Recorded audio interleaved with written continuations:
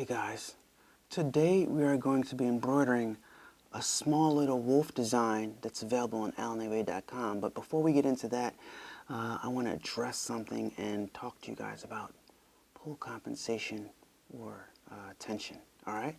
A-Dubb Productions. Good morning, Dubb Nation. What's going on? It's your boy Allan back again with a wonderful video. Thank God for us all waking up this morning and another chance to do it all over again and do it today even better. Guys, I'm going to address something that I talk about in the videos. It's pull compensation versus tension and what it is and understanding it. I actually addressed this. I made a video about this about 2 years ago, but plenty of you guys obviously missed that video, so I'm going to explain it again so everybody knows and can understand it, okay? So we'll do that before we roll the intro, so let me move my machine to the side and let's get this explanation started. I have a piece of thread right here. I'm going to cut a piece of thread to help me illustrate this. It doesn't have to be that long. Cut a piece of black thread and I'm going to lay it down on my cloth, all right? All right, guys, tension versus pull compensation. They are one and the same. This is a piece of thread, okay? This is a piece of thread with tension on it. I'm pulling both sides, all right? So, to compensate for that pull or to reduce tension, I make the number lower, thus making the thread looser, reducing the tension. Let me show this to you guys on the machine. So we have our PE800, we have our tearaway stabilizer and our cloth. We have a nice simple design which we're going to be doing a video on today, but I want to do this video to explain this to you guys, okay? This is a small 5-minute stitch out, and let's restart that, okay? So I'm going to position the first one all the way at the bottom so we can know the difference between the two. All right, oop, too low, all right.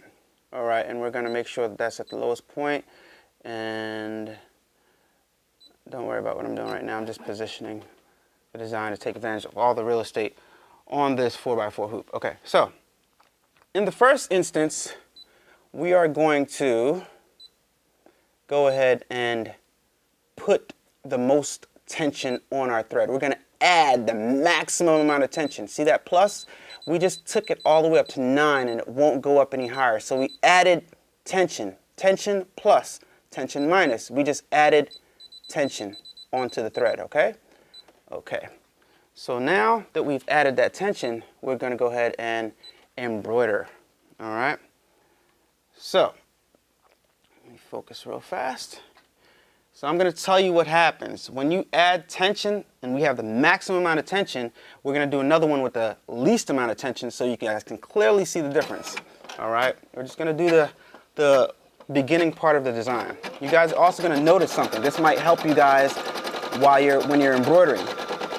When you add the maximum amount of tension or when you add tension, sometimes it will pull the bobbin thread through too much because the thread is stitching really tight. The thread is stitching really tight, so it will pull the white bobbin thread through, and you'll see some white bobbin thread coming through there, all right, because it's creating really tight stitches, and it can also add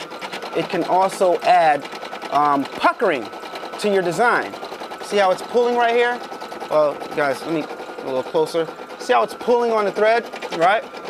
Let the stitch out just a little bit more so we can have a clear, distinct understanding of tension here. All right. So let it stitch out a little bit more. You guys can see how tight it is. All right. I think that's pretty sufficient.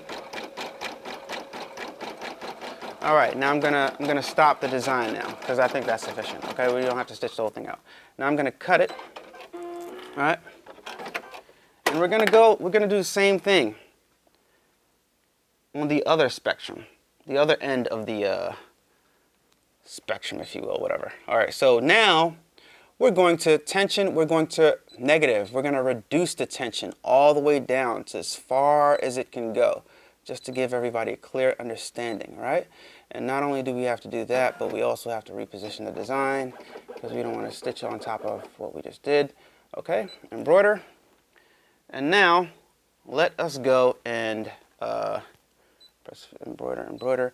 All right, now let's go and stitch this one out with the least amount of tension. Loosey-goosey. All right. Same thing.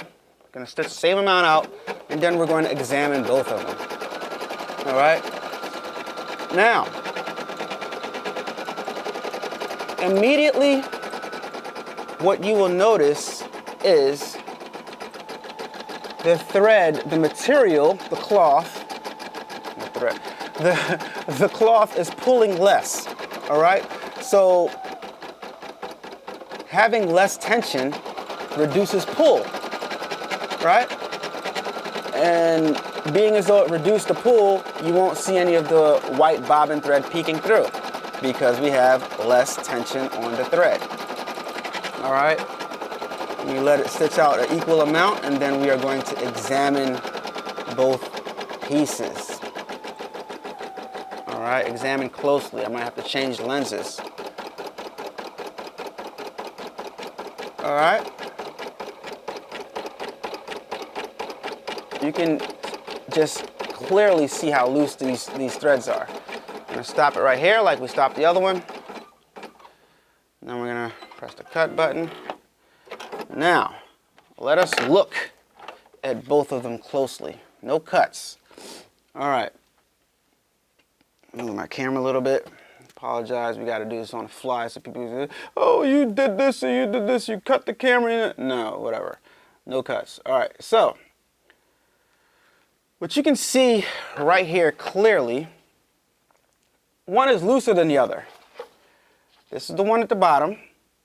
This is the one at the top. Because I reduced the tension, it stitched the stitches very loosely, thus making the image puff a little bit, if you will. If you reduce it the right amount, there's more thread in each stitch, so it looks a little bit puffier. All right? That's not the puff effect. You want to use foam for the puff effect, but I just said that because it does look a little puffier than the tight one. All right, now the tight one, I don't know if the naked eye can see or the camera is picking it up, but right here you'll see some white bobbin thread peeking through because why? There's too much tension on here. We had too much tension on there. All right, you see the black thread is connecting to the white bobbin thread, and it has so much tension on there that it's pulling it above the design. Maybe I should use a black piece of cloth to demonstrate this. But if you look at the one with less tension, all the way on the other end of the spectrum, no bobbin thread peeking through, loose stitches, all right? So I took it all the way down to 0, and you see how loose the stitches are. I could just stick the scissors right in there. Over here, you can't do that. You can't stick the scissors through because the stitches are real tight. There's no tension. All right? Now, I hope everybody has a better understanding of tension and pull compensation. Now, let me address something that was in the comment section this morning as I woke up. Let me see the person so I can talk exactly about. Okay. Jamie Marvin. This morning, Jamie Marvin left a comment talking to K&D, the Poach podcast, and I read the comment wrong. I interpreted the comment wrong. All right, I'm a hypersensitive guy, guys, and for some reason, I'm always on the defense. It's not for some reason. I'm just always on the defense, and I'm hypersensitive, and a lot of times I don't interpret things properly. That's a flaw of mine, right? So I was a lot of bit reckless talking to Jamie Marvin, and Jamie Marvin, I apologize to you, right? Because you know, I'm working on myself, right? And when we work on ourselves, we have to understand when we were wrong. And I read the comment and I reread the comment, and I 100%, I jumped the gun on that one. And for that, I apologize to you, Jamie Marvin. I value your opinion. I appreciate you, and I appreciate you for calling me out on that.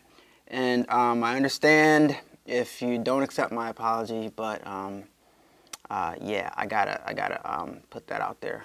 All right, because it was on my shoulders, and I want to get that type of stuff out of my shoulders so I can move forward as a individual to be a better person, if you will. So yeah, sorry, my bad. Boom, wait a minute, just like that. Boom, boom, boom, boom, boom, boom, just like that. A-Dubb Productions, just like that. Like, comment, subscribe, just like that. Boom, wait a minute, just like that. A-Dubb, you ready? Wait a minute. Alright guys, we all understand tension and pull compensation now. We're going to embroider our wolf, available on Allan A. Wade for just $1, guys. Very, very simple design, but we're going to adjust our tension back to 1.8, what I like to stitch at, okay? Because of how I digitize my files. Now, some of you guys won't need to stitch embroider at 1.8 because if you digitize your own file, it won't call for that, but mine do. The newer ones do. All right, so let's go ahead and start to embroider. Press the embroider button and watch the PE800 do its thing. Guys, AllanAWade.com. Go get many of the different files I have available in stock, available for you guys to stitch out with your friends and your family. We got Christmas tree designs. We have, I should make a Santa, shouldn't I? I should make a Santa, right? Yeah. PE800s. I don't think they're available. I checked yesterday, checked last night. They're not available on Amazon right now. But what is available and what I did see was the SE1900. I am so tempted to buy that machine, guys, but it's the holiday season. I spent a lot of money on presents. So I'm going to hold off going into the new year. Everything's getting upgraded again. We're going to upgrade the cameras. We're going to, the PE800 is going to turn into the SE1900. And guys, the difference between both those machines, right? The PE800 and the SE600 combined equals the SE1900, all right? With, of course, I think they probably have a few other additional features in there because the difference between the SE600 and the PE800, two things. The SE600 only has a 4x4, up to a 4x4 inch stitching area, embroidery area, and the PE800 has a 5x7 inch embroidery area. Second thing is the SE600 is a sewing machine and it's an embroidery machine, and the PE800 is an embroidery only machine. But the PE800 has some features inside of the machine that are built in that the SE600 does not have, all right? And it also has some internal designs built into the machine as well. All right, so yeah, guys, you know what I'm saying? PE800 doing its thing. It's a great machine. You guys saw me embroider onto sweatshirt with it. You saw me embroider onto a beanie hat. Beanie hats are quite difficult to embroider on. And stay tuned because I have a special piece that I purchased on Amazon that is going to enable me to embroider onto dad hats, so those slouchy caps, all right? So stay tuned for that video. Maybe this week, maybe next week, I don't know when I'm gonna do it. But right now in this design, I'm gonna stop the machine and I'm gonna do some trims just to neaten it up a little bit. All right, so I'm going to raise the foot and I'm just gonna trim this one right here, this big long one right here. Just trim that, because I don't want it to get tangled up in the other parts. Blow that thread away. Should get some tweezers. Who remembers when I used to use my tweezers back when I first started about 2 years ago? I used to use my tweezers a lot, right? But yeah, we just reach in there with our fingers now. So you see the design starting to come together a little bit. Not fully together, but it's starting to get there. All right, so I'm gonna cut, and at the end when I come back, everything is going to be embroidered and stitched together, guys. Once again, allanway.com. All the things that I'm using, I'll include in the description below. I'll put some Amazon links in the description down below so you guys can use those Amazon links in case you want to purchase a 4x4 hoop for your PE800, because this hoop does not come with the PE800, all right? And this is not the same hoop that fits on the SE600. What they did was they were slick. This attachment right here on the PE800, the grooves are different than the SE600, so it uses a different hoop. It uses a different hoop attachment, rather. So this is a totally separate hoop from the one on the SE600, which is ridiculous. It's the same company. They could have used the same hoop things, and they could have saved money by just reusing the same hoops. But in order to make money, they changed the configuration. Insane. It's like they did an Apple move on us. All right. So like I said, let this finish stitching out. It's almost done. You might as well just let it finish stitching out. I would stop the machine right here also when it gets threaded down and trim that next stitch right there, because the stitch after that is going to be over top of the eye. So stop it right here and trim this right here. Boom. And boom. Get that out. I don't know where it went, but we're just going to go ahead and let it finish out. All right. Oh, I see it. Okay, can't get it. Wait a second. Ugh. All right, cool.